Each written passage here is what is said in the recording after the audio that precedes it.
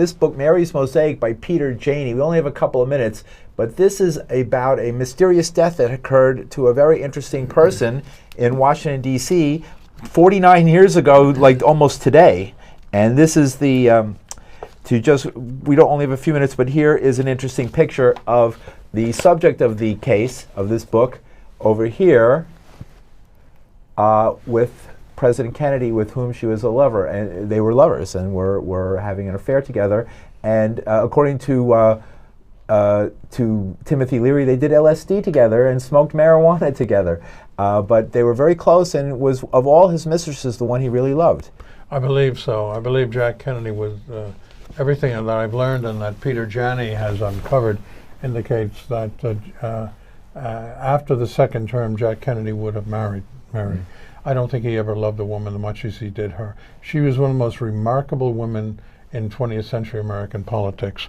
And I'm sorry we don't have more time actually to talk about that, but I've developed such respect and regard for her and her strength.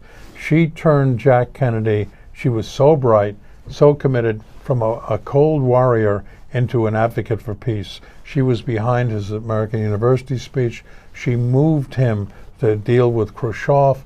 She was a powerful, powerful woman, had been married to Pinchot Meyer, who was a senior guy at the CIA, divorced him in '57 because she couldn't put up with it anymore, what they were doing. And after Jack Kennedy was killed, she waited until the Warren Commission report came out, and when that came out, and she was appalled by the fact that it didn't deal with the truth of what happened, she went to her ex-husband, and I believe also to Jim Angleton, another senior CIA guy, said, if you guys don't tell how Jack Kennedy was really killed, then I'm going to blow the whistle on you and all you're doing.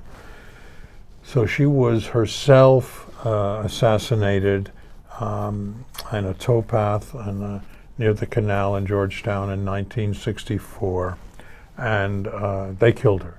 She knew too much, and she was so passionate. One might say unwise, yes, perhaps, but so passionate was she committed to this. You believe Timothy Leary's story that they did LSD together? I think there's no question that Leary gave her the acid, and she took Jack on at least one, Jack Kennedy on at least one acid trip. And I think she opened up this man like he had never been before. And he changed during this whole period. She spent so much time with him. Thank you very much. We must go. William Pepper, check out Mary's Mosaic, Peter Janney's book, and thank you very much. You're welcome.